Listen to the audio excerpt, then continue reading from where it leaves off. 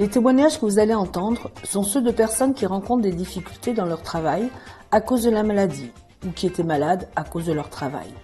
Le service social de la CARSAT les accompagne lors de réunions collectives pour améliorer leur situation, car le fait de rencontrer d'autres personnes qui ont les mêmes problèmes ainsi que différents professionnels comme le psychologue du travail est très enrichissant. Cela permet de retrouver un équilibre, des pistes pour rebondir. Nous vous proposons de les écouter.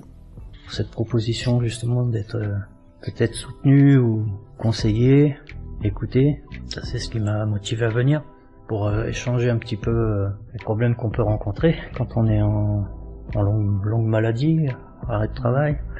On est isolé, on se pose des questions sur l'avenir. Au départ c'est qu'un arrêt de travail, après il y a des choses qui viennent se greffer.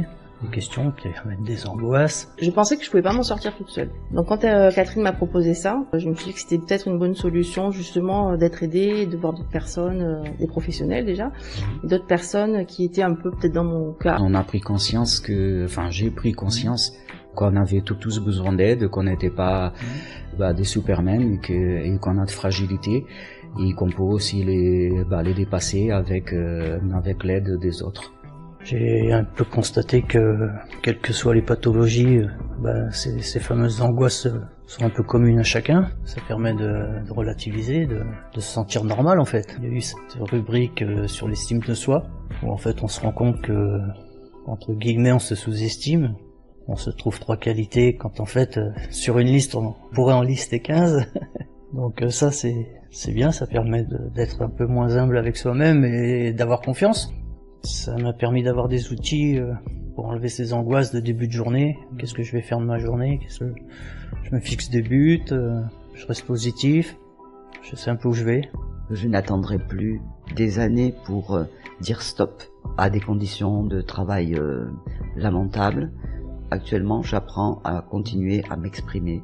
Je pense avoir bien avancé dans la mesure où entre le début de mon arrêt de travail et aujourd'hui, j'ai fait un très grand pas de géant. Bien là, j'ai démarré déjà la première séance d'un bilan de compétences. J'attends beaucoup de ce bilan pour savoir où j'en suis. 2 ans d'arrêt maladie, la confiance en soi est par terre. Le bilan de compétences sera la base sur une reconversion professionnelle ou rester dans ma profession. Ouais. À mesure, peut-être que là, je commence à voir un petit peu le bout la lumière au bout du tunnel, et donc. Je pense que j'ai changé un petit peu, ouais.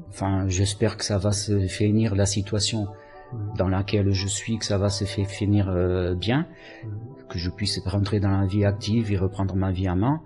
Et pour les autres, j'espère aussi que ça soit pareil, parce qu'on a été les pionniers, ça a marché. Et je pense qu'on n'est pas seul.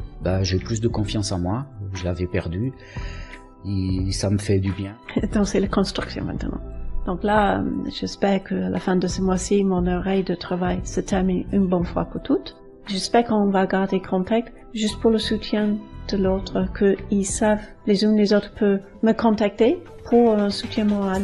Si vous aussi vous rencontrez des difficultés sociales liées à votre état de santé, n'hésitez pas à venir nous voir, faites le 36 46 et dites service social.